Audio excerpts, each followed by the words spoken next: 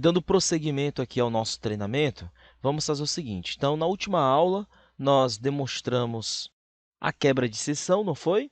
E vamos utilizar ainda mais um exemplo da quebra de seção quando nós dividimos um texto em colunas. Então, aperte a tecla Ctrl End. Aqui nesse parágrafo, aqui na última página, na página 13, nós vamos ter a seguinte situação. Muitas vezes, quando você pega um texto pequeno e pretende colocar em colunas, pode ser que ele não fique, exatamente devido à sua seleção.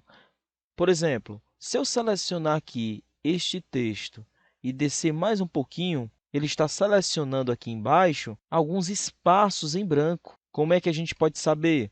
Quando você clicar aqui neste botão, mostrar tudo, você vai perceber que aqui tem um Enter.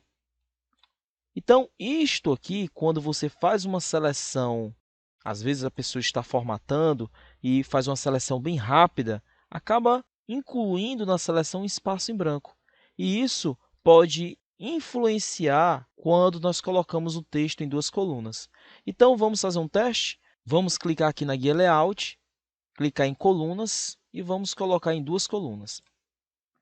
Observe que não ficou o texto em duas colunas. Vamos apertar Ctrl Z para desfazer. Vamos tirar a seleção e vamos fazer mais um teste agora, fazendo uma seleção bem ajustada. Muitas vezes também, o Word não consegue colocar em duas colunas devido ao tamanho do texto.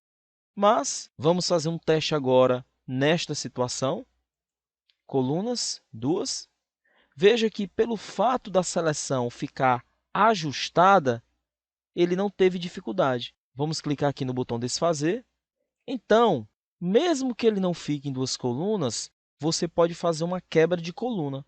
Então, vamos na primeira hipótese. Caso o usuário tenha selecionado o texto de forma que ele não percebeu que selecionou um caractere em branco.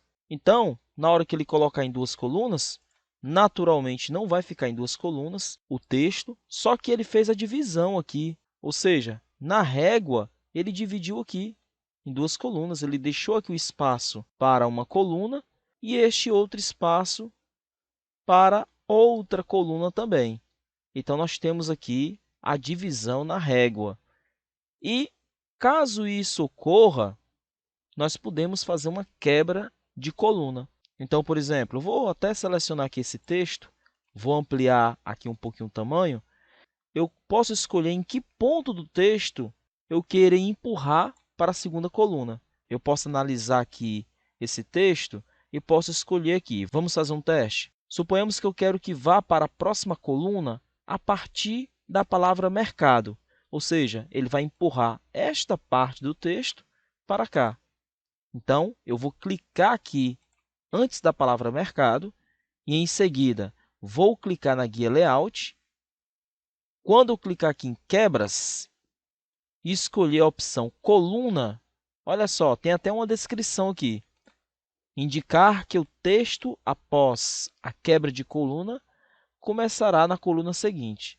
Ou seja, ele vai perceber que todo o texto depois do cursor vai ser enviado para cá. Então, vou clicar lá, novamente em Quebras, e depois nesta opção, Coluna.